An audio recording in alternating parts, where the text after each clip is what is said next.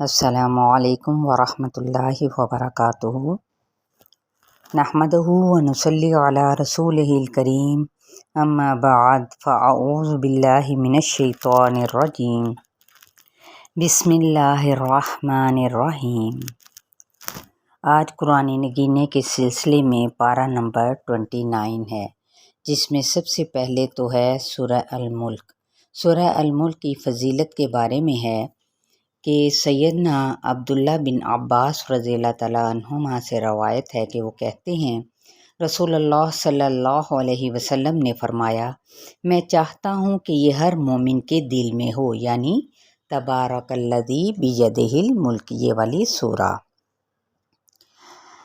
اس کی فضیلت میں متعدد روایات بھی آئی ہیں، جن میں سے صرف چند روایات جو سی ہیں وہ صحیح یا پھر حسن ہیں۔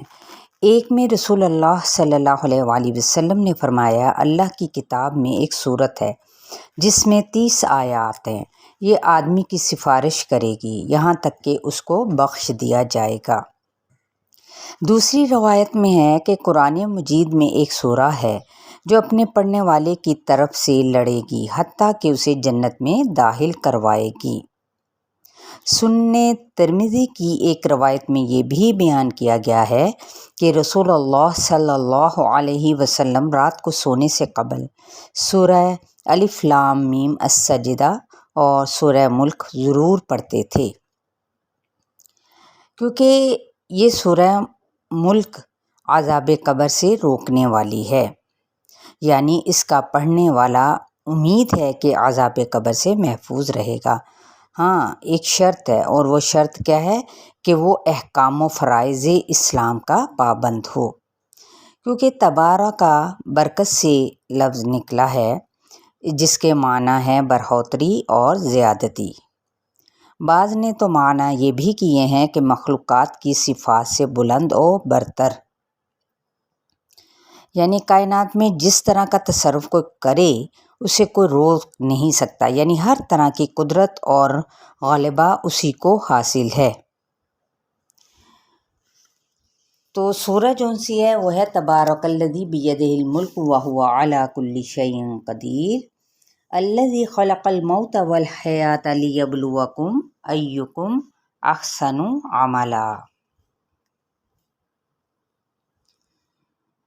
بابرکت ہے وہ ذات جس کے قبضے میں سارا ملک ہے اور وہ ہر چیز پر قادر ہے، وہ جس نے موت اور زندگی پیدا کی اور تمہاری آزمائش اس کے اندر رکھ دی گئی کہ تم میں سے کون یا کس کا کام زیادہ اچھا ہے عمل کے اعتبار سے، اور وہی کیا ہے عزت والا بخشش والا ہے۔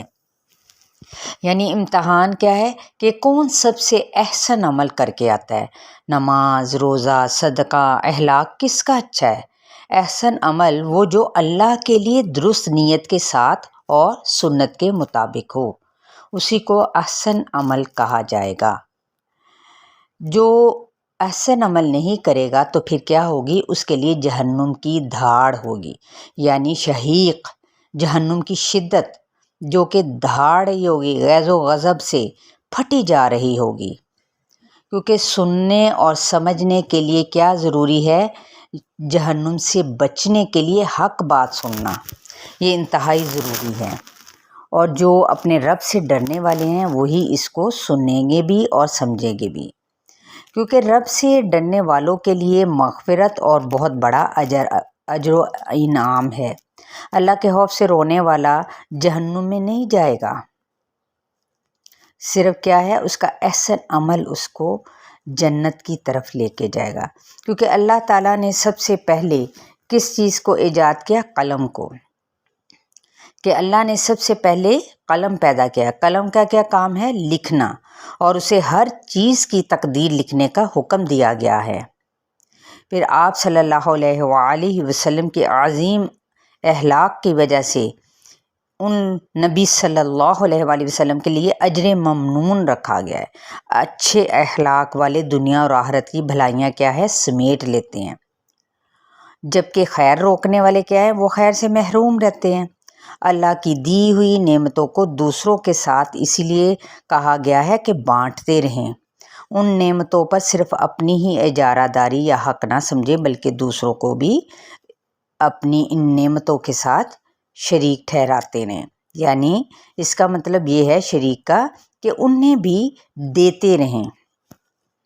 اور منافق اور ریاکار جو ہے نا وہ قیامت کے دن سجدہ نہیں کر سکیں گے۔ کیوں؟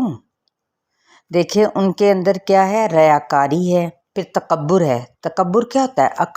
اکڑ میں انسان کیا ہوتا ہے؟ بالکل سیدھا کھڑا ہو جاتا ہے، وہ کہتا ہے بس میں جو ہوں وہ کوئی اور نہیں، دوسرا نہیں۔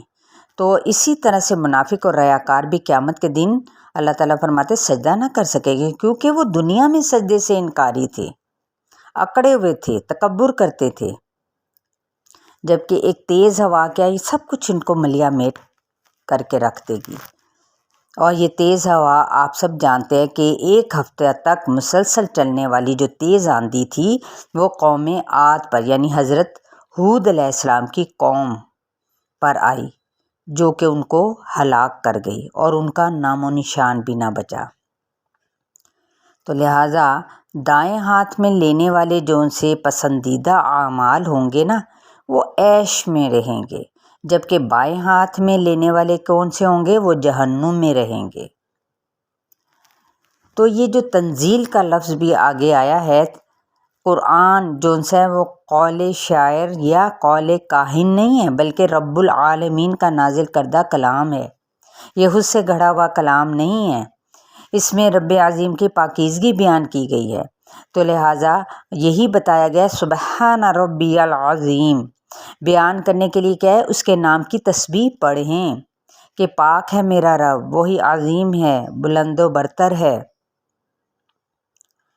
اور پھر عذاب سے بچنے کے لیے اگر کوئی عذاب سے بچنا چاہے گا اور وہ کہے کہ میں فدیہ دے دوں، اس کے بدلے میں اپنا مال و دولت زمین سارا کچھ بھی دے دوں، تب بھی وہ اس دن عذاب سے نہ بچ سکے گا۔ کہ عذاب سے بچنے کے لیے وہ کیا کرے گا؟ ایک انسان اپنے بیٹے، بیوی، بھائی، خاندان تک کو وہ فدیہ میں دینا چاہے گا، مگر وہاں پہ یہ ممکن ہرگز نہ ہوگا۔ دنیا میں تو ہم یہ اس طرح سے رشوتیں دے کر بہت سارے کام نکلوا لیتے ہیں نا، لیکن وہاں پہ کوئی کسی کے کام نہیں آئے گا، نہ باپ، نہ بیٹا، نہ بیوی، نہ شوہر، نہ خاندان والے، کوئی کسی کے کام نہیں آئے گا۔ سب سے پہلے اوپر کیا ہم نے پڑھا کہ احسن عمل اس کا اپنا اچھا عمل کام آئے گا۔ اور معزز و مکرم بھی کون ہوں گے؟ جو کہ دیگر خوبیوں کے ساتھ نماز میں دوام اختیار کرنے والے ہوں گے۔ صرف نماز میں یہ نہیں ماتھا ٹیکا سجدہ کیا اور چل پڑے، نہیں، ہمیشگی دوام، رکوع سجود، اس کی حفاظت کرنے والے ہوں گے، اپنے نمازوں کو چھوڑنے والے نہیں ہوں گے۔ وہ اللہ کی طرف بلانے والے، رات دن کا لحاظ کیے بغیر اس کی طرف دعوت دیتے رہتے ہیں۔ یہ وہ لوگ ہوں گے معزز و مکرم لوگ، امر بالمعروف و نہی عن المنکر۔ تو اسی طرح جب قوم نوح، آپ دیکھیں جنات تھے نا، انہوں نے ایک ہی دیکھے صرف سنا ہی تھا نا اور فوراً قبول کر لیا تھا، جبکہ حضرت نوح علیہ السلام کی قوم نے 950 سال تک بھی وہ نہیں سن سکے۔ دیکھیں جب اللہ کا پیغام جس کے دل میں اترنا ہوتا ہے نا، اسے صرف چند سیکنڈز لگتے ہیں، اور جس نے نہیں سننا تو پھر اس کے لیے کافی ٹائم بھی گزر جاتا ہے، تو اسے کوئی ہوش نہیں آتی۔ تو قوم نوح جو غرق کر کے آگ میں داخل کی گئی تھی اسی وجہ سے، حضرت نوح علیہ السلام نے پھر دعا کی تھی، رب اغفر لی ولی والدی ولمن دخل بیتی مؤمنا وللمؤمنین والمؤمنات ولا تزد الظالمین۔ یہ حضرت نوح علیہ السلام کی دعا ہے۔ اللہ تبارا۔ پھر جنات دیکھیں، ابھی جو میں نے بتایا صرف ایک دفعہ قرآن سننے سے زندگی ان کی بدل گئی، ایمان بھی لے کے اور تبلیغ بھی انہوں نے شروع کر دی۔ اور اسی طرح سے اگر ہم قیام اللیل کرتے ہیں یعنی رات کی نماز میں قرآن کو ٹھہر ٹھہر کر پڑھتے ہیں، رات کی نماز تہجد کی بھی کہلائی جا سکتی ہے، رات کی نماز عشاء کی نماز بھی ہے۔